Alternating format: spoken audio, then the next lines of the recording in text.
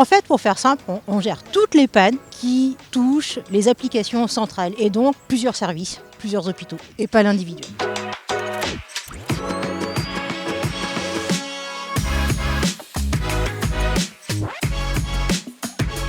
Notre rôle, c'est de faire fonctionner le SI, donc le système d'information. On essaie de faire en sorte que nos utilisateurs, nos personnels de santé, ils ne soient pas impactés parce qu'on pourrait détecter que ce soit des intrusions ou des dysfonctionnements applicatifs. Et lorsqu'il y a des incidents, lorsque ça ne fonctionne plus, c'est rétablir le service le plus rapidement possible pour les utilisateurs et de faire en sorte que ça ne se reproduise pas.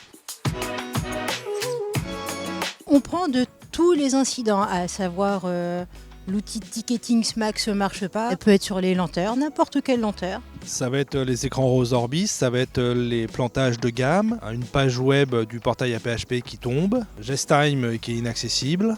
Il y a des incidents qui nécessitent une réactivité assez forte. C'est par exemple les traducteurs de GLIMS, donc le système de gestion de laboratoire, qui empêchent de recevoir les résultats de biologie, donc qui empêchent les professionnels de pouvoir bien diagnostiquer et décider. Et ça, c'est vraiment de nombreuses fois par jour. Ouais. À la DSN, on a 350 applications à superviser. C'est hébergé sur plus de 14 000 serveurs en production.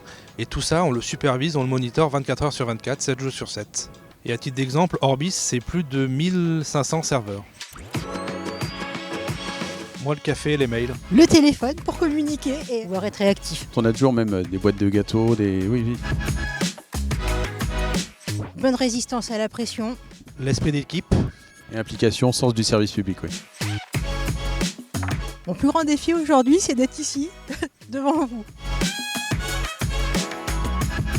L'imprévu, on ne sait jamais ce qu'on va faire dans la journée. Il y a le côté satisfaction utilisateur, se dire qu'à la fin de la journée, quand même, on a rendu des gens heureux. Ils ont pu travailler grâce à nous. Ces métiers existent dans toutes les autres sociétés. Et pourquoi la paix ? Parce que ça donne du sens à nos actions au quotidien et on sait pourquoi on opère, on réagit, on va au plus vite possible. C'est pour nos patients, nos métiers, nos utilisateurs.